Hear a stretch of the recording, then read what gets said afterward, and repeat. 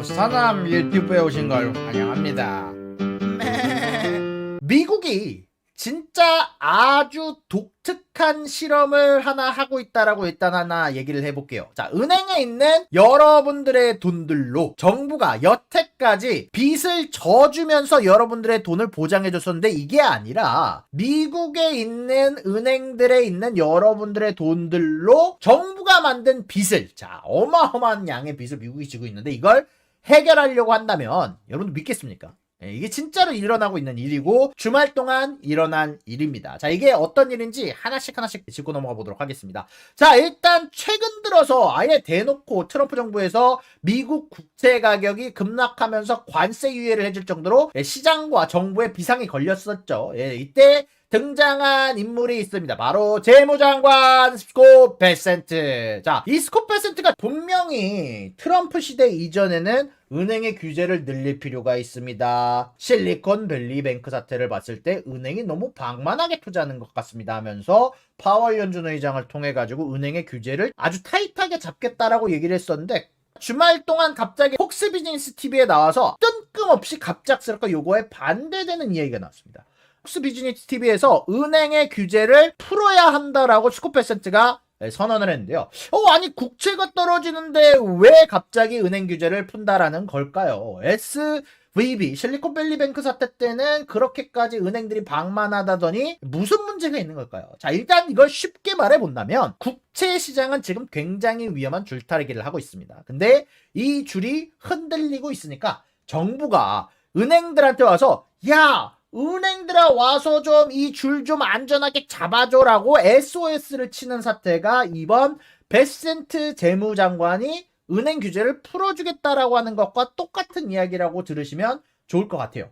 자, 근데 과연 진짜 트럼프 정부가 원하는 게 은행의 안정뿐일까요? 아니면 완전히 다른 목적이 숨겨져 있을까요? 은행들의 규제를 풀어줄 경우 은행들이 유동성이 늘어나게 되게 되면서 위험에 빠진 혹은 경기 침체로 갈 수 있는 상황에서 은행들의 유동성을 늘려줘 좀 더 대출을 해주거나 혹은 채권을 살 수 있게 해주거나 은행들이 좀 더 결정할 수 있는 여지를 많이 만들어주는 조치가 이번 조치라고 할 수 있는데 이번 베센트 재무장관이 푼다라고 하는 규제가 뭘까? 자, 이게 뭐냐면은 바로 SLR 규제라고 합니다. 자, 이 SLR 규제가 뭐냐면 보완적 레버리지 비율이라고 해가지고 이게 이름이 굉장히 복잡한데 간단하게 설명을 할게요. 자, 이 규제는 간단하게 이야기를 하면은 은행들이 가진 자산 중에 미국 국채를 신용카드 빚이랑 똑같이 위험하게 보는 건데 한마디로 신용카드의 한도를 더 높여주면 은행들이 미국 국채를 조금 더 쉽게 더 많이 살 수 있겠죠. 자, 그렇게 해서 은행들의 규제를 풀어줘서 신용 한도를 높여줘서 자연스럽게 은행의 유동성이 늘어나게 해서 더 많은 미국 정부의 국채를 사주게 만들려는 요청이 바로 이번 베센트 재무장관의 핵심 인터뷰라고 할 수 있는데 자, 근데 실질적으로 이렇게 규제를 풀면 과연 은행들이 진짜로 정부의 국채를 팍팍팍 사줄까요?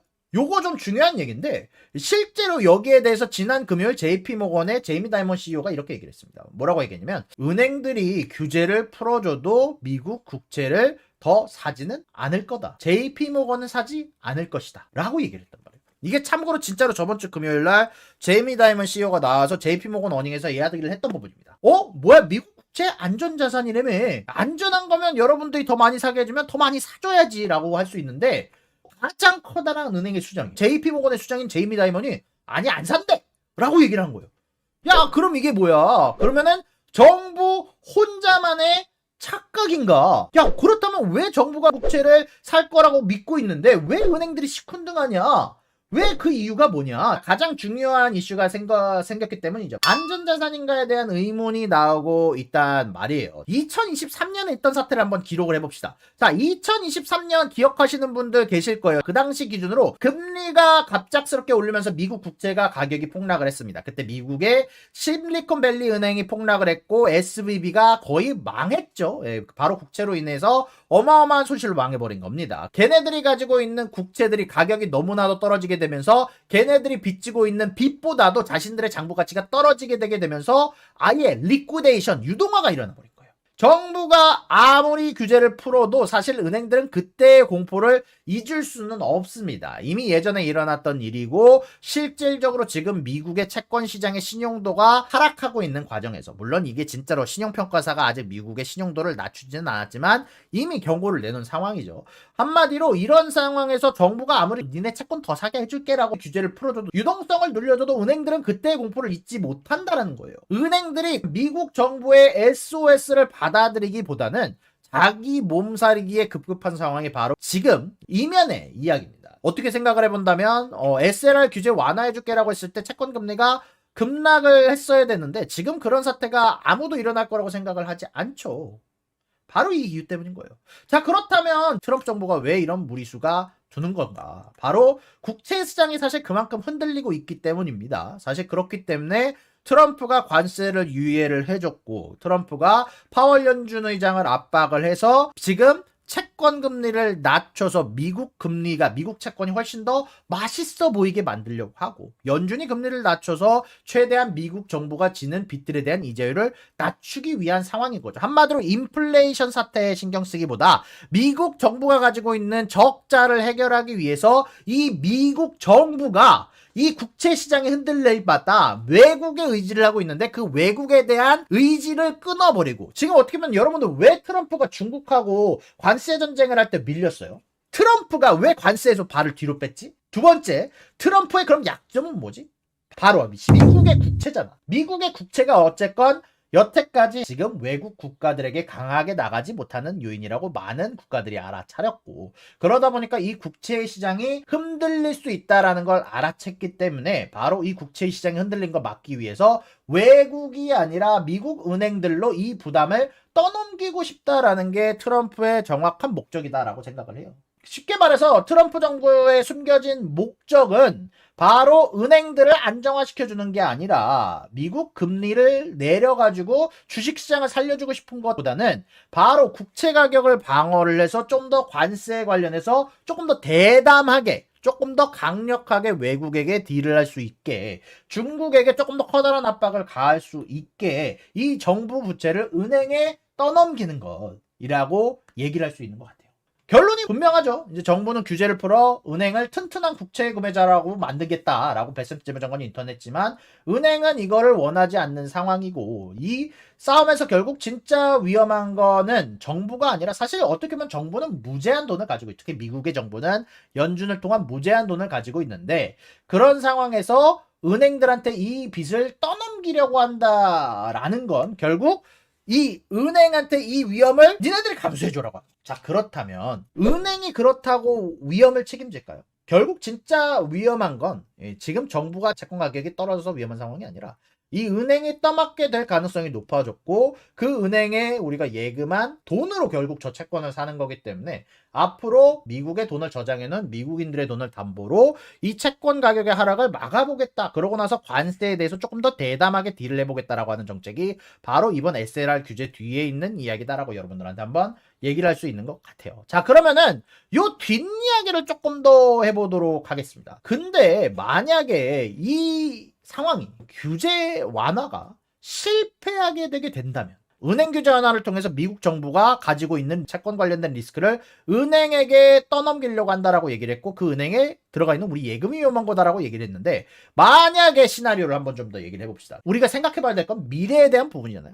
만약에 이 규제 완화가 거부가 된다면, 특히 JP모건 CEO인 제이미 다이몬이 이걸 누가 사라고 한 상황인데, 만약에 이 딜이 실패하게 된다면 어떤 일이 벌어질 것인가?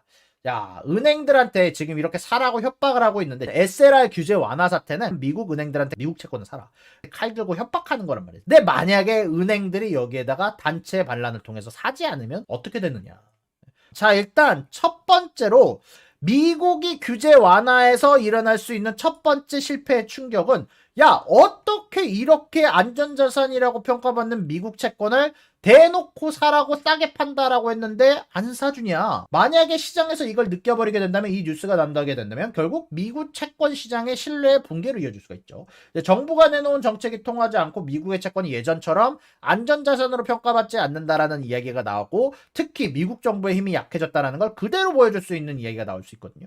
그러면 투자자들은 어떻게 생각할 것인가? 자, 이제 정부가 원하는 대로 시장이 움직이지 않는구나. 채권 금리가 생각보다 위험한 상황이구나. 채권의 신뢰도가 예전 같지 않구나라고 하면서 투자자들의 패닉이 시장이 될 수 있죠. 특히 국채, 미국 국채가 여태까지는 금보다도 훨씬 더 높은 안전자산의 최고봉으로 밟고 있지만 지금부터 계속해서 신뢰도가 하락하게 되면서 어느 순간부터는 미국 국채를 안전자산으로 보지 않을 가능성이 높다라는 거죠. 이제 특히 이 미국 국채가 지속적으로 미국 혼자서 살아남으려고 그러네. 그러니까 안 사야지라고 하면서 위험자산처럼 취급하면서 국채 가격이 추가로 하락할 가능성이 매우 높다라는 겁니다. 그런 상황에서 두 번째 이유가 일어날 수 있죠. 아까 채권 가격이 망하게 됐을 때 어떤 일이 일어났다고 했죠? 예전에 채권 가격이 급락했을 때 은행들이 가지고 있는 자산 중에 채권이 차지하는 비율이 어마어마한데 이 가격이 지속적으로 떨어지게 되게 되면서 어느 순간부터 은행이 지고 있는 빚, 바로 우리들을 포함한 일반적인 국민들의 예금이 들어가 있는데 그 예금 금액보다 은행들이 가지고 있는 장부 가치가 떨어지는 순간이 언제부터 올 수 있습니다. 물론 대형 은행들이 여기까지 올 거라고 생각은 하지는 않아요. 자, 이 미국 국채를 투자자들이 꺼리지 보니까 정부가 더 높은 이자를 줘야만 돈을 빌릴 수 있게 되고 금리가 올라가면 은행들이 가지고 있는 기존 국채의 가격은 더 떨어지게 되고 그러면 은행들이 2023년처럼 이미 보유한 국채에서 어마어마한 손실을 보게 된 이후 한번 은행들이 무너지게 될 수 있다는 거죠. 근데 문제는 제가 예전에 한번 얘기를 해드렸는데 은행들이 가지고 있는 100원을 여러분들 9,900원처럼 쓸 수 있는 방법이 뭔지 알아요? 전에 한번 얘기를 해드렸었는데 100만 원의 예금을 시민들한테 받았으면 그중 90만 원을 내가 원하는 대로 투자할 수 있는 이 비율이라는 게 있어요. 근데 그 비율에 의거해서 다른 은행에 돈을 빌려주고 그 다른 은행이 또 다른 은행에 빌려줘서 이 100원에 해당하는 자금을 시장에서는 9,900원처럼 쓸 수 있는 신용창조라는 게 있단 말이에요. 근데 이 연결고리 하나의 은행이 무너지면 어떻게 됩니까? 당연히 야, 이 은행이 무너졌어? 그럼 얘네한테 빌려준 돈 못 받네. 우리도 자산 가치가 빌려준 돈보다 떨어졌네 하면서 바로 뱅크런으로 이어질 수 있는 사태, 더 커다란 금융위기로 확대될 가능성이 있는 게 바로 두 번째 단계입니다. 참고로 요거는 일어날 수도 있는 일 중에 하나라는 거지. 여러분들이 채권금리에 대한 이해를 알려드리기 위해서 왜 채권금리가 지금 트럼프가 그렇게 집중하고 있는지, 채권금리를 낮추는데 노력을 하고 있는지 이유를 설명을 해드리는 거예요. 자, 그럼 어떻게 될 것이냐. 자, 바로 세 번째 단계가 올 수 있죠. 바로 실물경제 파급이 오게 되게 됩니다. 은행의 위기를 겪으면, 자, 은행들이 자금을 제대로 공급을 하지 못하면 기업들이 어떻게 될까요? 은행들이 자기 자금을 회수해서 최대한 경제 부도를 막으려고 하고 기업들은 그런 가운데 안에서 돈을 빌려야 되는데 기업들이 돈을 빌리지 못하면 어떻게 됩니까? 기업들이 자금난에 빠지면 어떻게 됩니까? 고용을 줄이고 투자를 줄이고 경제 성장이 둔화가 되고 지금처럼 금리가 높은 환경에서는 기업들이 자금을 조달하는 비용도 급격하게 올라가기 때문에 결국 경기 침체 가능성이 커지게 되게 되죠. 결국 정부가 시도했던 규제 완화라는 카드가 실패로 돌아가는 순간 금융위기는 실물경제 위기로 이어질 수밖에 없다는 거예요. 자, 그럼 마지막으로 이제 여기서 어떻게 되냐? 마지막 글로벌 금융시장 혼란으로 이어질 수 있겠죠. 그만큼 미국 국채 시장이 세계 경제에서 가장 크고 중요한 시장이고 아직까지는 전 세계에서 가장 커다란 안전자산으로 평가되고 있는 상황이죠. 이제 그래서 여기서 만약 혼란이 발생하게 됐을 때는 미국만의 문제는 끝나지는 않을 거고 세계 경제에 전반적으로 확대될 수 있는 시나리오. 전 세계 금융기관, 연기금, 보험사들이 어마어마한 규모로 미국 국채를 가지고 있는데 이 미국 국채가 떨어졌을 때 미국의 신뢰도가 하락했을 때 있는 일들은 결국 갑작스러운 손실로 이어질 수밖에 없고 그럼 미국 시장뿐만이 아니라 특히 암호화폐 시장 여러분들 아실지 모르겠지만 테더 아시죠? 가장 많이 쓰여지고 있는 코인 중에 스테이블 코인이죠. 그 스테이블 코인에 가장 많이 들고 있는 자산이 미국 채권입니다. 자, 그러면은 이 스테이블 코인이 미국 채권 관련해서 더 이상 안정적으로 돈을 만들어낼 수 없으면 어떻게 될까요? 그럼 코인업계도 어마어마하게 빠질 수밖에 없습니다. 코인업계뿐만이 아니라 전 세계 금융시장이 동시다발적으로 혼란을 겪게 될 수 있고 결국 미국 정부의 선택에 대해서 은행들이 제대로 상대를 해주지 않는다면 전 세계 금융위기의 촉매제가 될 수 있다는 거예요. 좀 간단하게 정리를 하자면 은행들 입장에서는 이런 거죠. 이거 안 살 수는 없겠는데 사고 싶지는 않은데 제이미 다이먼 CEO가 얘기한 것처럼 이거 미국 국채 맛있어 보이지도 않는데 요리사가 칼 들고 협박하는 거야. 니네 규제 완화해줄게. 채권자산 살 거지? 라고 하고 있는 상황인 거예요.